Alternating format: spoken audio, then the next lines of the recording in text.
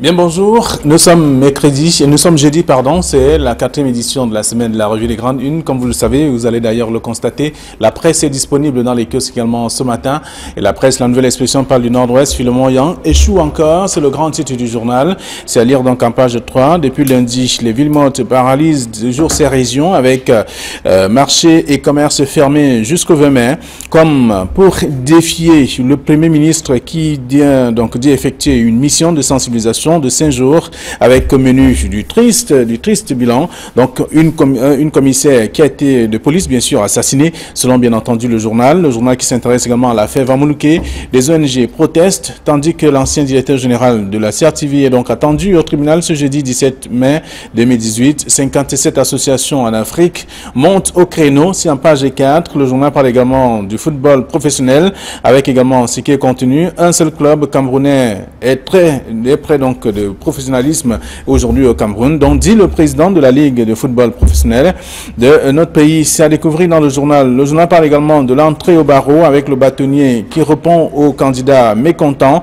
D'après maître Jackson Nyekamga, leur échec ne saurait donc être assimilé à un quelconque favoritisme d'une frange de candidats. Le bâtonnier vient de clarifier sa position, c'était à l'Ouest Cameroun, c'est en page 2 du journal. La nouvelle expression, le journal Info Matin parle bien sûr de la 46e fête de l'unité nationale. Paul Biya appelle à l'union dans la diversité. Pour la célébration du 20 mai, le chef de l'État invite par ailleurs ses compatriotes à préserver la paix sociale pour un Cameroun stable, indivisible et prospère. C'est dans le journal, dans le dossier de la page 5 à la page 7.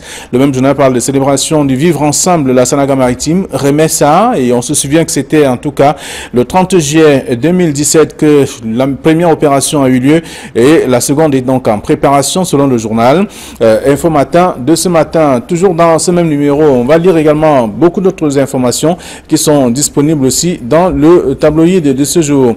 Toujours dans les kiosques également ce matin, on va retrouver le journal Émergence qui parle de la crise anglophone. Le haut commandement reconnaît enfin les exactions militaires. C'est en page 5 du journal disponible dans les kiosques Émergence. Émergence qui parle également de l'Ouest Cameroun, le Social Democratic Front qui dénonce le harcèlement de ses militants dans le journal disponible. Et aussi on parle donc de la DGSN, comment la police prépare la fête de l'unité nationale, c'est dans le journal Émergence, le quotidien bilingue disponible ce matin. Alors le journal essentiel qui est dans les kiosques parle de la fête de l'unité, on est ensemble, c'est le grand titre du journal. On va découvrir tout cela dans le journal ce matin et avec notamment tout ce qui est fait des mariages intertribaux. On parle également du partage du gâteau national et même des mains qui sont également partagées entre les tribus, le héros, le sanga, le coquille, le foléré, le ndolé et les bobolos, en tout cas, qui sont des nourritures qui sont partagées selon les tribus, bien entendu.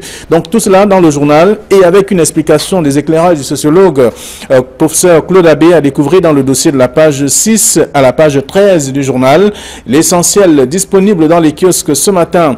Le journal Mutation qui est dans les kiosques parle de l'enseignement supérieur avec l'affaire des 4000 faux diplômes qui sont donc à découvrir. Cette affaire, en tout cas, des faux diplômes à découvrir dans le journal. Et l'affaire même est aussi contenue dans ce numéro. Le même journal s'intéresse donc à autre chose, parlant du ramadan et le sucre, avec le séjour que vient d'effectuer le ministre du Commerce, donc dans la partie septentrionale. Il a d'ailleurs annoncé qu'il y a du sucre à gogo et disponible pour cette période de ramadan. C'est en page 7 du journal, en page 10 de ce numéro, disponible dans les kiosques également ce matin.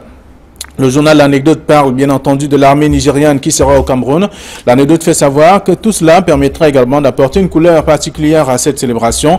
Et l'anecdote revient également parlant de la FECAFOOT, 2 milliards décaissés donc frauduleusement. C'est ce que dit le journal avec le nom de celui qui aurait donc décaissé cet argent, qui aurait signé les documents. Et comment est-ce que tout cela a pu être fait avec notamment à la tête de la Fédération camerounaise de football, un certain Tomi Aroko Sidiki. C'est ce que dit le journal. Toutes les explications sont à lire également dans le dossier proposé ce matin.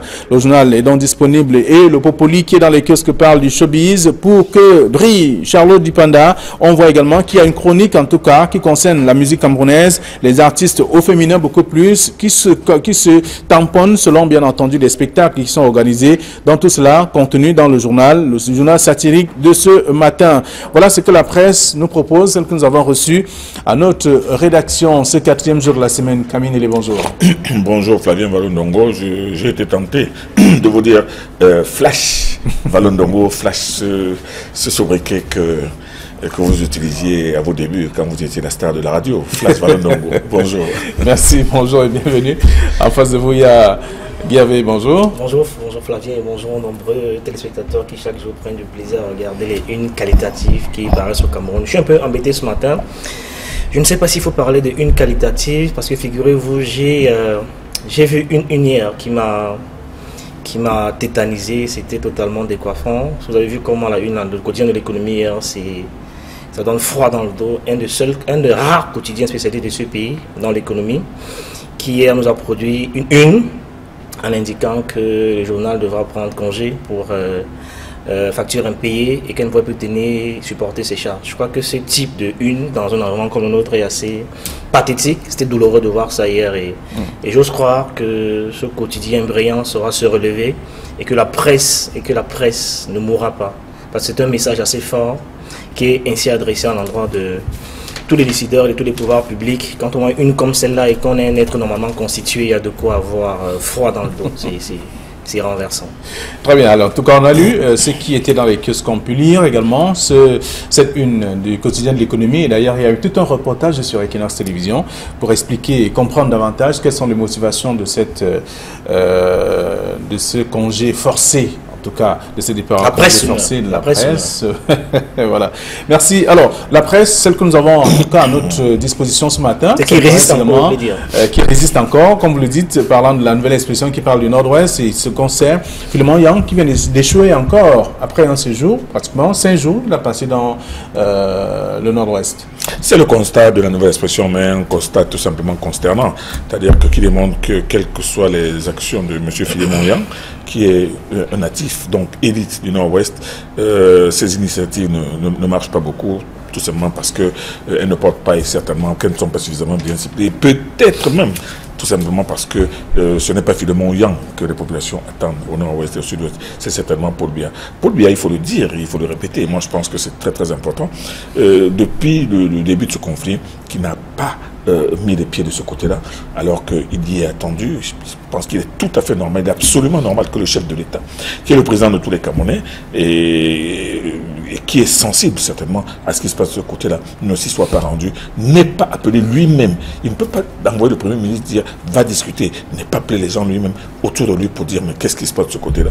Beaucoup de gens attendaient ce geste, mais bon, un peu comme à son habitude, le chef de l'État envoie les hauts responsables, les hauts comités d'administration, aller me régler cela.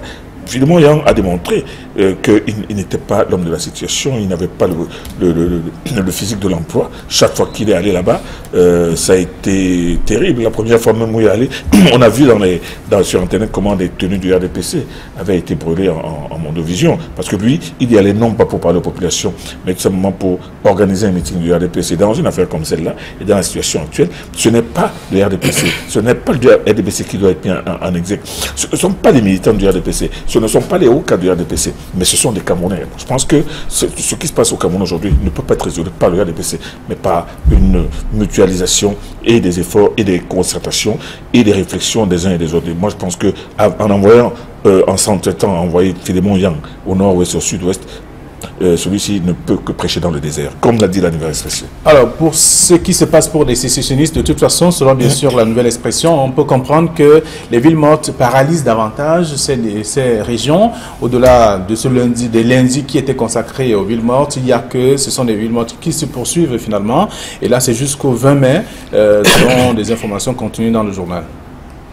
Je pense qu'au-delà de la titraille, je vais dire qu'une fois qu'on a fait une analyse de contenu de cette nouvelle expression, moi le titre me gêne. Le titre me gêne un peu parce que ça, je vais dire que ça partit davantage, j'allais dire exposé Philémon Yang, parce qu'on aurait pu le dire autrement. Parce que dire Philémon Yang échoue encore, c'est le présenter auprès de l'opinion comme un éternel échoueur, comme un loser en fait, comme un loser. Et je crois que ça de nature, oui, je le présenter comme un loser. Et donc et ça me rappelle, il y a quelques jours, la nouvelle expression également titrée, c'était à propos de vous rappeler, si Paul Biya me nomme, j'accepte, il y a quelques jours avec l'ancien bâtonnier. Je veux dire que ce type de une, bon, ça fait le procès du journal, hein, c'est à mon sens, participe de j'allais dire présenter finalement comme un loser. C'est vrai qu'il est arrivé depuis lundi. Mais après plusieurs tentatives, oui, après plusieurs tentatives, mais non réussi. Oui, je veux dire que je ne veux pas demander d'utiliser d'euphémisme, mais on peut le dire avec beaucoup plus de subtilité. Parce que présenter finalement comme un loser, moi ça me gêne, ça peut être vrai, mais je pense qu'on peut le dire autrement. C'est vrai que une commissaire de police a été assassinée pendant son séjour là-bas, et c'est un message fort que les Amazoniens, entre guillemets, essaient d'envoyer au pouvoir public. Aujourd'hui, ils ont plus que jamais l'occasion de radicaliser le mouvement, parce qu'on a quelques jours de la célébration de l'unité nationale, et donc c'est pour eux le moment ou jamais d'exprimer au maximum leur mécontentement et leur désagrément. Donc je crois que cette semaine-ci, je pense que les mouvements de revendication risquent d'atteindre leur pic, parce qu'ils savent que tout va être cristallisé autour du 20 mai, qui est la fête de l'unité nationale. Donc ils ont intérêt à faire beaucoup plus de boucans maintenant, à faire le maximum de désordre pour que le message qu'ils veulent faire entendre ait davantage d'écho. Donc, finalement, il est dans un système d'engrenage qui est un peu compliqué. Je veux dire qu'il est victime d'un système dont il ne tient forcément pas les marrons. Mais écoutez, la presse renseigne que le Premier ministre vient séjourner dans cette partie du pays durant 5 jours, rencontrer les chefs, rencontrer en tout cas l'élite même, et tous ceux qui ont quand même RDPC. Même les militants du RDPC, tous ceux qui ont au moins un mot à dire pour ramener la paix, la sérénité, mais jusque-là, rien n'évolue dans ce sens, parce qu'on voit plutôt des situations s'accentuer avec des différentes. Parce qu'il y a une maladresse dans le choix. Je veux dire qu'il y a une maladresse dans le choix des représentants, ou alors ceux qui parlent au nom du gouvernement, qui ne sont pas légitimes. Cette illégitimité des interlocuteurs font que le mouvement s'embrase. On n'a pas besoin d'être élu local pour avoir un message qui porte auprès des populations. Moi, je suis au BBC qui est enfermé aujourd'hui, n'est pas un élu local, mais il est capable de fédérer les gens autour de lui. Donc, c'est ce type de profil qu'il faut identifier dans ces régions-là pour apaiser les gens. On a fait une fixation sur les élus locaux, alors qu'en réalité, ce n'est pas forcément ceux-là qui portent le message auprès des populations. Moi, je ne suis pas un élu local, mais le message qu'ils portent, il est entendu. Des gens comme ceux-là, il y en a beaucoup, mais qui sont, je veux dire, qui ne sont pas pris au sérieux, parce qu'ils ne sont pas élus, et le gouvernement continue à faire la sourde oreille. Donc finalement, serait allé là-bas 50 fois que forcément il n'obtiendrait pas les résultats. Alors, d'où le titre de la nouvelle expression de ce matin. Donc, finalement, il y a un échoue encore. Autrement. Oui, moi ce que je veux dire, surtout par rapport à cette terminologie de Villemont. Vous savez, c'est un mot qui a été balancé dans le langage national ici en 1991 avec Mbouama Sok, et c'était beaucoup plus une action de résistance passive des populations. On invite des gens à ne pas sortir de chez eux, à rester chez eux. C'était une action politique non violente, passive, mais qui devait user à la longue le gouvernement. Mais quand on parle de ville morte aujourd'hui, du côté du nord-ouest et du sud-ouest, ce n'est pas une action politique, c'est plutôt la peur. C'est une inhibition des populations. Les populations ont peur de sortir, les populations ont peur d'aller au marché, les populations ont peur d'ouvrir leur boutique, et surtout que dans cet article de la nouvelle expression, il est précisé que il y a des gens qui disent avoir reçu des menaces en disant que si vous ouvrez, vous allez voir ce qui va vous arriver. Donc, c'est qui est vrai. C'est absolument vrai. Nous sommes d'accord là-dessus. Mais ce que je suis en train de dire, c'est que en fait, ce que les sécessionnistes et les bandes armées et les groupes armés recherchent, c'était ça, la tétanisation des populations, l'inhibition et la peur, la terreur. Et c'est ça qui est leur objectif principal. Et leur objectif n'est pas tant de démontrer leur force, mais plutôt de faire comprendre au gouvernement que eux ils vont terroriser les gens et les personnes ne sortiront pour aller fêter le 20 mai. Et en plus, souvenez-vous de ce militant du RDPC qui avait rassemblé des gens dans son domicile pour préparer le défilé et qui a été sauvagement assassiné. Donc de ce côté-là, il faut comprendre que c'est la peur d'être tué, d'être exécuté, d'être brûlé, qui force les gens à demeurer chez eux. Mais je le répète une fois de plus. Mais il y a quand même parmi eux qui sont courageux et qui continuent toujours à rassembler les foules, de toute façon.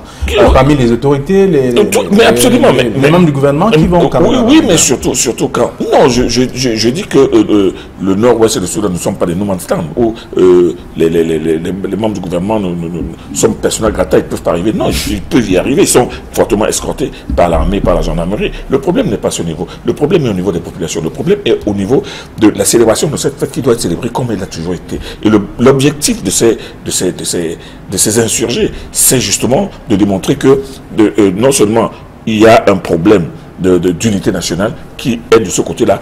Eux, ce n'est pas leur fête, c'est la fête, cette fête-là, ils n'en veulent pas chez eux. C'est ça le problème, ils disent qu'ils ne veulent pas cette fête-là chez eux, mais chez eux c'est où? En réalité, c'est le Cameroun, ils s'attaquent à l'intégrité du Cameroun, ils s'attaquent à l'unité du Cameroun. Ils veulent démontrer que le Cameroun n'est pas uni, ce qui est faux. Oui, non, je vais sortir par le doyen à chuter pour dire que ce 20 mai, c'est un 20 mai inédit, et où le Cameroun rendra avec son histoire. Parce que les sécessionnistes veulent à tout prix montrer aux yeux du monde qu'on est un pays divisé. Donc c'est maintenant ou jamais que le gouvernement doit pouvoir prendre son bâton de pèlerin et démontrer à la face du monde qu'on est un pays uni. Parce que s'il n'y a pas de défilé là-bas, dans ces régions-là, le 20 mai, le gouvernement aura échoué. Et ce sera un signal fort que ces gens-là envoient à la communauté internationale et aux populations. Et on a vu il faut que l'ordre veille à la loi et que le gouvernement prenne ses responsabilités. Parce que si l'État est fort, il nous écrase, mais s'il est faible, nous périssons tous. Très bien. Le ministre de la Défense a d'ailleurs rassuré, il rassure encore qu'il y a toutes les dispositions qui ont été prises de toute façon pour que le 20 mai se déroule sans... Il est absolument défilé là. Alors, et émergent de ce matin qui parle du haut commandement, qui reconnaît enfin les exactions militaires aussi dans cette partie du pays. Non, exaction militaire, moi je pense que le mot est fort. On peut parler de débordement, on peut parler d'actes assez graves, certes, comme je vous l'ai dit, mardi, j'ai dit que cette vidéo qui a fait le tour des téléphones de ce pays, où on montre ce commandant ou ce général ambazonien qui était redoyé par des militaires, c'est inacceptable, ce n'est pas bien. Bien que certaines personnes en voyant ça disent que voilà ce que vous méritez, vous décapitez les militaires, vous leur enlevez la tête. Vous avez vu aussi cette autre photo d'un militaire qui a été décapité, dont on a emporté la tête et le sexe. Vous avez vu ça. Vous voyez ce commissaire de police, cette femme, commissaire de police, assassinée à son domicile pendant que le premier était de ce côté-là. Donc, c'est vrai que ces gens-là qui commettent ce genre d'exactions, qui brûlent partout, qui tuent des gens gratuitement, ces gens-là méritent bien d'être... Mais seulement, ces images-là ont été insoutenables. Et moi, je pense que le ministre de la Défense a dit qu'il y a certains actes qui n'est pas bien, qui n'est pas normal. Une enquête va être ouverte pour identifier ces personnes-là. Mais il faut comprendre aussi que les gens qui sont sur le terrain, les militaires qui, eux, risquent leur vie chaque jour, qui savent très bien qu'ils peuvent tomber dans une embuscade à tout moment. Ils peuvent être aussi égorgés à tout moment.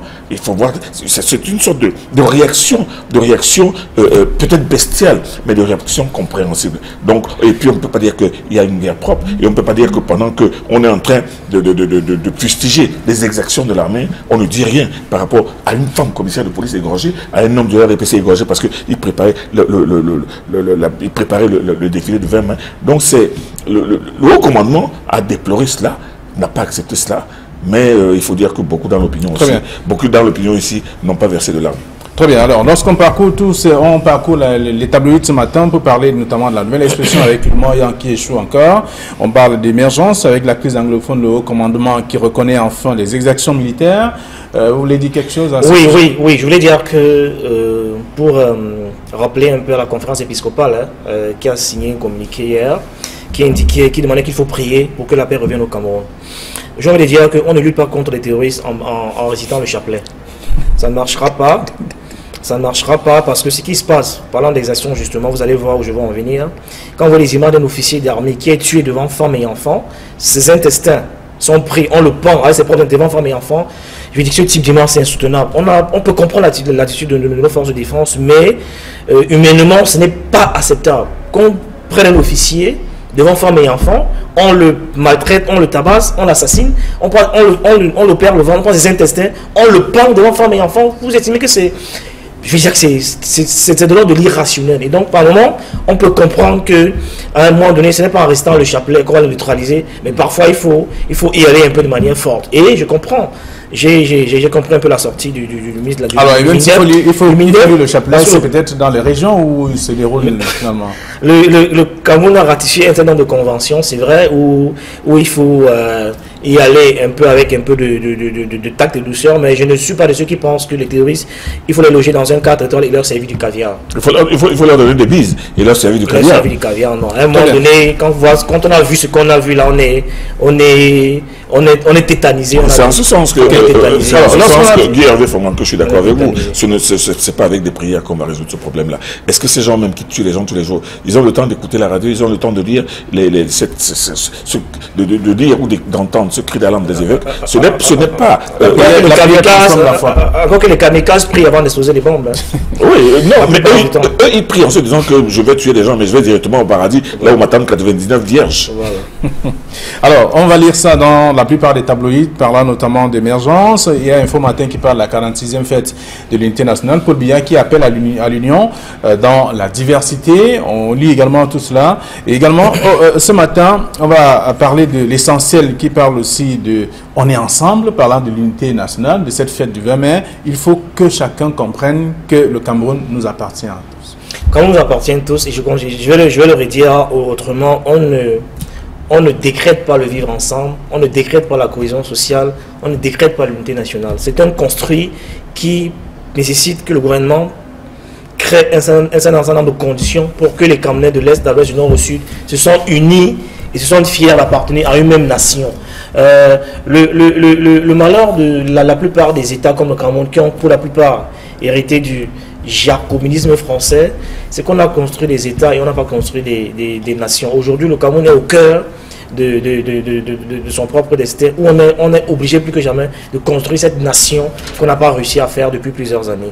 Et la crise anglophone nous donne des raisons de penser qu'on a échoué dans la construction de la nation à laquelle on aspirait tant. Et on est ensemble, c'est un joli jeu de mots, un très joli jeu de mots, mais ce n'est pas une incantation qui ferait à ce que les enfants qui sont à l'Est, qui produisent la majorité du bois du Cameroun, dans les salles de classe, il n'y a même pas de banc pour s'asseoir. Je veux dire que en 2018, on ne pourrait pas accepter ce genre de choses où les gens qui produisent assis sur le buts de terre, dans les salles de classe. Vous avez dans le sud-ouest, je l'ai appris encore il y a quelques temps, où le litre de carburant coûte plus cher que dans les autres villes, alors qu'ils produisent le carburant. Donc il y a des incohérences comme ça qui, j'allais dire, qui fragilisent la cohésion et le vivre ensemble, qui font qu'aujourd'hui plus que jamais, on est obligé de remettre tout à plat et construire une véritable nation. La crise en vous donne le prétexte. Alors, on est ensemble, c'est l'essentiel en fait. C'est l'essentiel, mais Guy Hervé Fongan, nous vivons une situation absurde. Vous savez, il y a certains Camerounais, de certains partis politiques qui estiment toujours que le Cameroun n'est toujours pas indépendant et que l'indépendance du Cameroun a été une indépendance octroyée. Alors pendant que nous sommes en train d'évoluer, nous nous retrouvons face à des gens ici qui veulent créer leur propre pays, tout simplement parce qu'ils se disent que eux, ils sont de culture anglophone. Mais souvent, non, pas forcément, parce qu'ils expriment c'est une expression d'un malaise. Oui, mais le mécontentement vient du fait qu'ils estiment être marginalisés, mais ne profitent pas des richesses nationales. Ils relèvent d'une autre civilisation. Avant 1914, le Cameroun était germanophone. Il n'était ni francophone ni anglophone.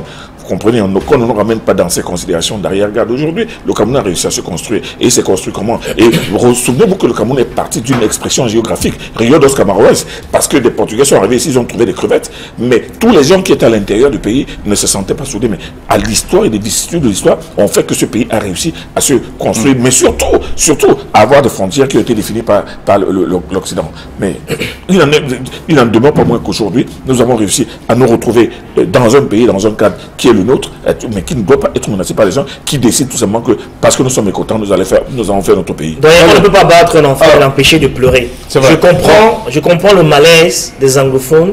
C'est vrai que la méthode n'y est pas, mais je comprends leur malaise et leur mal-être. On ne peut pas battre un enfant et l'empêcher de pleurer. Très bien. Tout à fait impossible. On doit construire la nation maintenant. Donnons l'occasion à nos lecteurs d'aller découvrir ce que la presse propose concernant tous ces différents sujets. Et donc, vous aurez davantage à lire et à faire lire aussi tout ce qui est contenu dans la plupart des tabloïds ce matin. Merci à vous. Bon retour à vos différentes rédactions. Demain, nous serons encore là pour la dernière de la semaine. Ça va être vendredi. Bonne fête de l'unité nationale. À ceux qui vont défiler dimanche. D'accord. Allez.